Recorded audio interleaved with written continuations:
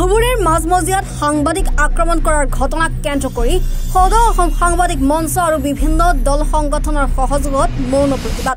ৰাজ্যত অব্যাহত আছে সাংবাদিকক আক্ৰমণ কৰাৰ ঘটনা। দুৰ্নীতি আৰু সিন্ডিকেটৰ বিৰুদ্ধে বাতৰি পৰিৱেশন কৰিলে আক্ৰমণৰ বলি হ'ব লগা হয় সাংবাদিকসকল।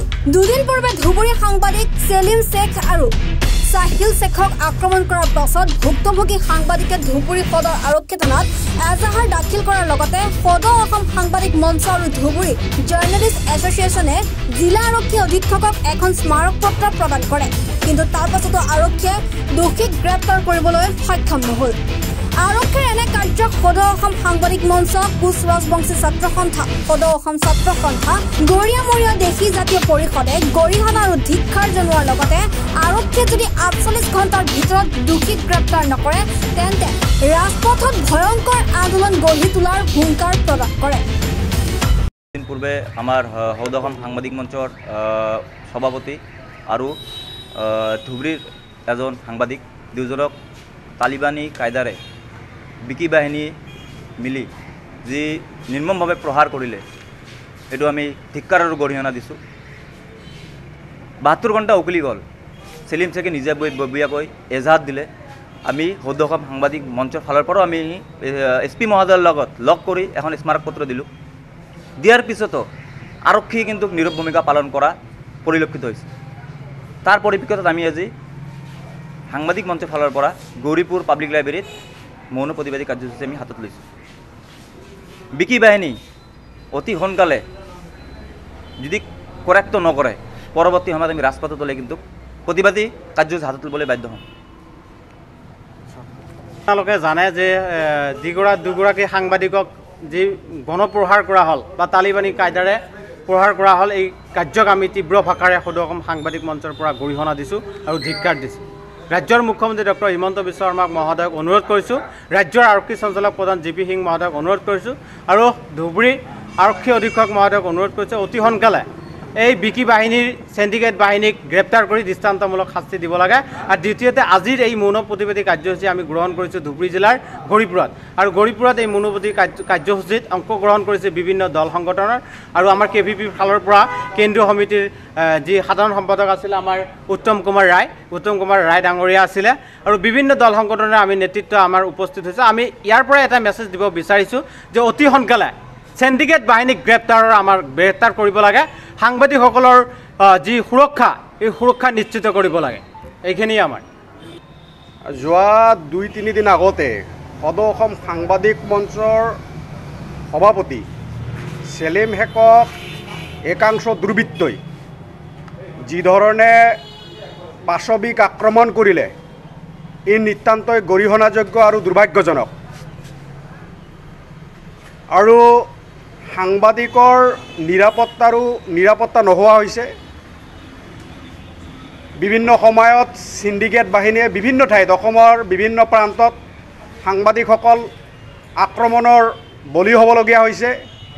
তো গতিকে যোৱা ২ দিন আগৰ যি ধুবুৰীৰ যি ঘটনা, ধুবুৰী চহৰৰ মাজমজিয়াত এনেকুৱা দুষ্কাৰ্য কৰাৰ যি সাহস সিন্ডিকেট বাহিনীয়ে ক'ৰ পৰা পালে, এইটো এটা ডাঙৰ প্ৰশ্ন।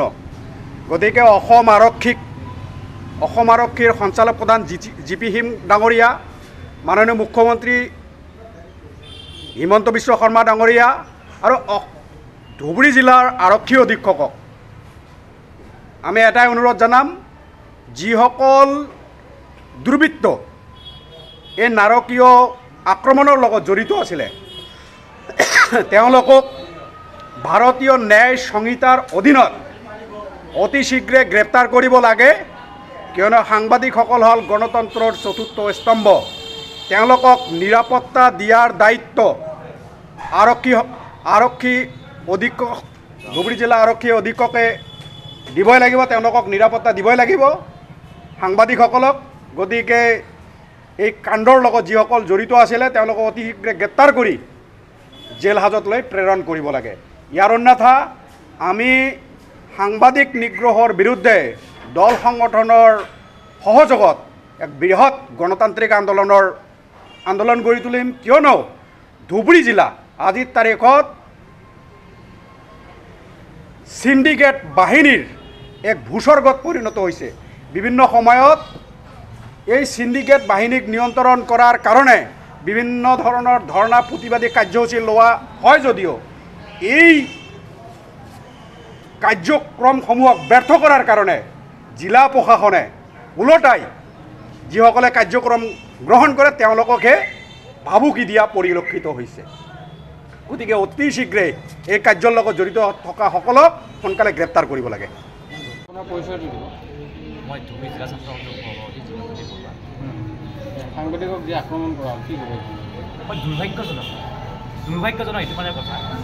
আজি যি সাংবাদিকক আক্ৰমণ কৰিছে যোৱা 28 তাৰিখে সেই ক্ষেত্ৰত এজাহাৰ দাখিল কৰা হৈছে। এজাহাৰ দাখিল ক্ষেত্ৰত আজি কিন্তু 2 দিন উকলি গ'ল। গতিকে আমি তীব্ৰ ভাষাতে গৰিহণা দিছোঁ আৰু আমি SP মহোদয়ক অনুৰোধ জনাইছোঁ যিজন চিণ্ডিকেটৰ লগত জড়িত কালপিত তাক চিনাক্ত কৰি দৃষ্টান্তমূলক শাস্তি প্ৰদান কৰিব লাগে।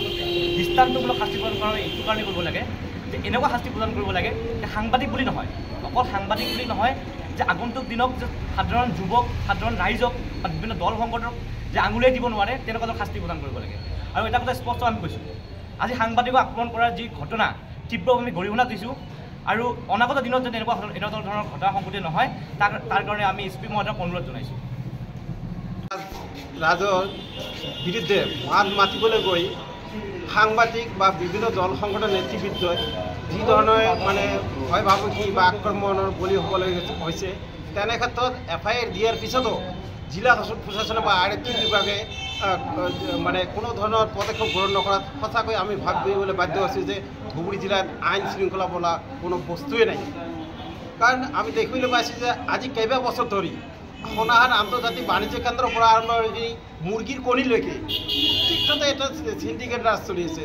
সেই সিন্ডিকেট ৰাজ চলাৰ ফলত কি হৈছে, অসম চৰকাৰে প্ৰতিদিনে কোটি কোটি টকা ৰাজহকৰ হেৰুৱাবলগীয়া হৈছে।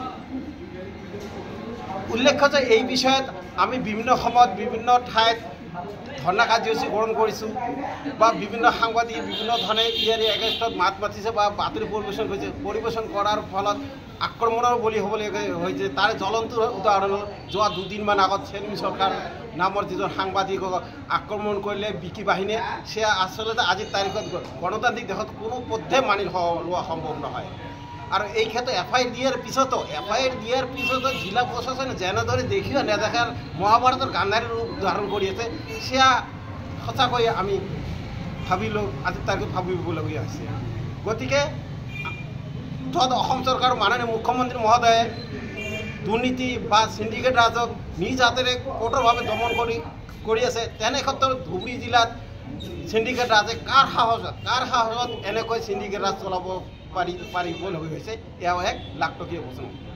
গতিকে আপোনালোকৰ যোগেদি বা আজি যিটো মৌন প্ৰতিবাদ কাৰ্যসূচী ইয়াৰ যোগেদি আমাৰ মাননীয় মুখ্যমন্ত্ৰী হেমন্ত বিশ্ব শৰ্মা ডাঙৰীয়া তথা গৃহ বিভাগৰ দায়িত্ব থকা মুখ্যমন্ত্ৰী মহোদয়ক আমি আবেদন জনাইছোঁ, অতি শীঘ্ৰে ধুবুৰী জিলালৈ আহক, আহি কেনে নিজ হাতেৰে চাওক।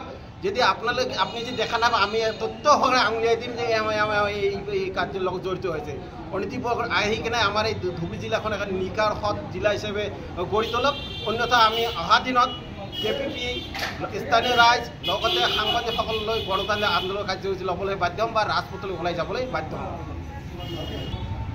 দুগৰাকী সাংবাদিকক ধুবুৰীৰ মাজমজিয়াত কিন্তু দলবদ্ধ আক্ৰমণ কৰি তালিবানী কায়দাৰে কিন্তু মাৰপিট কৰিছে, এই ক্ষেত্ৰত কি ক'ব? এই ক্ষেত্ৰত আমি জিলা প্ৰশাসনক জনাইছোঁ যে এতিয়াৰ পৰা আজি এই তাৰিখ মানে টাইমটোৰ পৰা আৰম্ভ 48 ঘণ্টাৰ ভিতৰত যাৰ নামত এজাহাৰ দি আছে, এই এজাহাৰ দি আছে সিহঁতক কৰায়ত্ব কৰক। 48 ঘণ্টা সময়ৰ পিছত আমি কিন্তু সঁচাকৈ ইয়াতকৈ ভয়ানক আন্দোলন কাৰ্যসূচী ল'বলৈ বাধ্য হ'ম। গতিকে আপোনালোক যদি জিলা প্ৰশাসনক জনাইছোঁ যে 48 ঘণ্টাৰ ভিতৰত মানে বিকি বাহিনীক কৰায়ত্ব কৰি বিকি বাহিনী ফেৰণীয়া গুণ্ডা বাহিনী কৰায়ত্ব কৰিব লাগে। কাৰণ এইখন এখন গণতান্ত্ৰিক দেশ হয়, ইয়াত FIR দিলে FIR মানে অভিযোগ গ্ৰেপ্তাৰ কৰিবই লাগিব। গ্ৰেপ্তাৰ কৰি কি বিচাৰ হয় না সেয়া কোৰ্টে বিবেচনা কৰিব। গতিকে আপোনালোকক যদি মই জিলা প্ৰশাসন অনুৰোধ জনাইছোঁ যে অতি শীঘ্ৰে 48 ঘণ্টাৰ ভিতৰতে উক্ত দুষ্কৃতিকাৰী কৰায়ত্ব কৰিব লাগে। 21 তাৰিখে সন্ধিয়া ধুবুৰী জিলাৰ সাংবাদিক সেলিম শেখ আৰু সাহিলক ধুবুৰী জিলাৰ বিভিন্ন অবৈধ ব্যৱসায়ৰ লগত জড়িত কিছুমান ব্যক্তিয়ে যি ধৰণে বৰ্বৰ আক্ৰমণ কৰিছে। এই আক্ৰমণক আমি অবিভক্ত গোৱালপাৰা জিলা ধুবুৰী জিলা সমিতিয়ে আক্ৰাসু ধুবুৰী জিলা সমিতিয়ে ধিক্কাৰ আৰু নিন্দা জনাইছোঁ।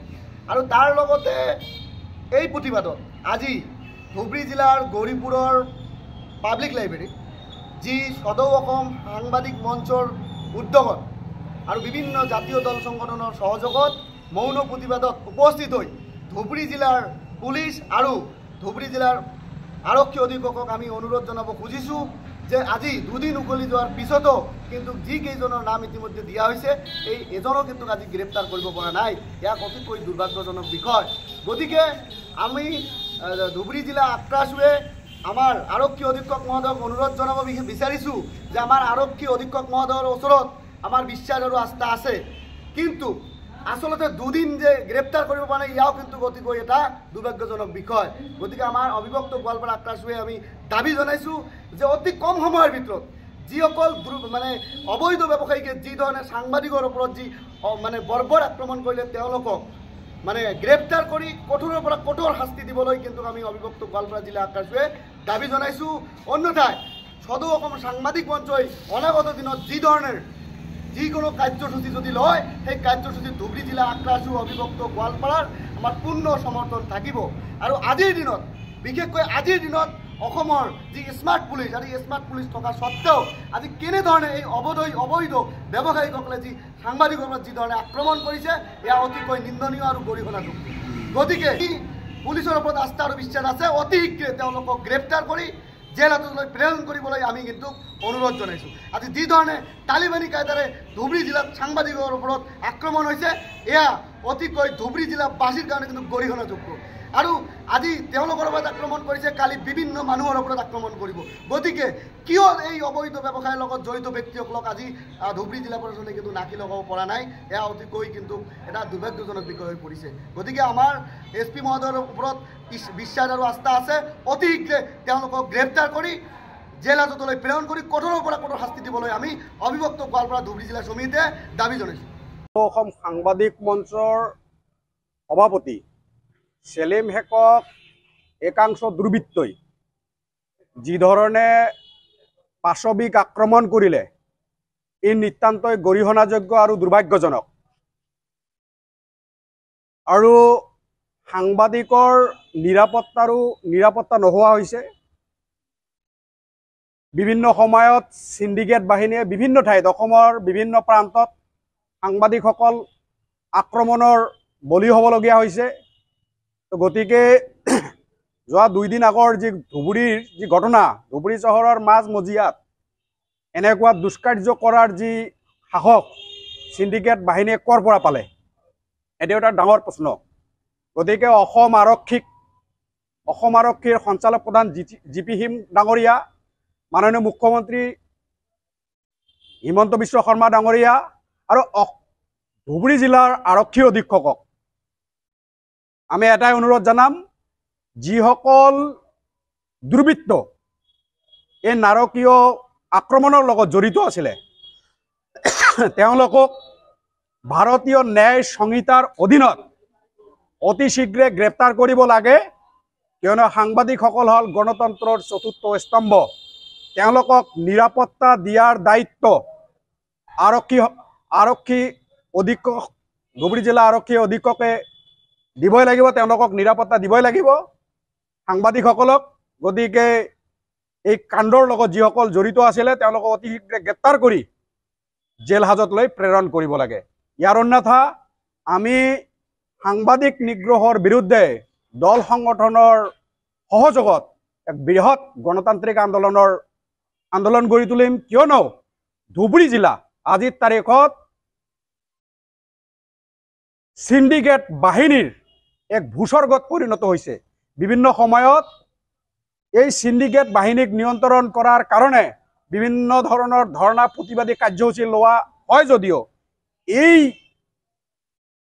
কাৰ্যক্ৰমসমূহক ব্যৰ্থ কৰাৰ কাৰণে জিলা প্ৰশাসনে ওলটাই যিসকলে কাৰ্যক্ৰম গ্ৰহণ কৰে তেওঁলোককহে ভাবুকি দিয়া পৰিলক্ষিত হৈছে। গতিকে অতি শীঘ্ৰে এই কাৰ্যৰ লগত জড়িত থকা সকলক সোনকালে গ্ৰেপ্তাৰ কৰিব লাগে। গৌৰীপুৰৰ পৰা সঞ্জীৱ ৰায়ৰ ৰিপৰ্ট। এনি ভাৰত 24।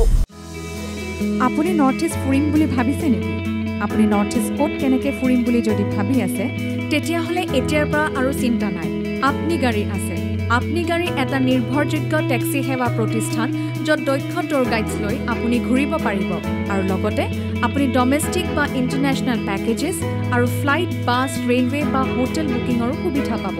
সবিশেষ জানিবলৈ আৰু সেৱা গ্ৰহণ কৰিবলৈ www.apnigari.com এতিয়াই লগ ইন কৰক অথবা স্ক্ৰীণত দিয়া নম্বৰত যোগাযোগ কৰক।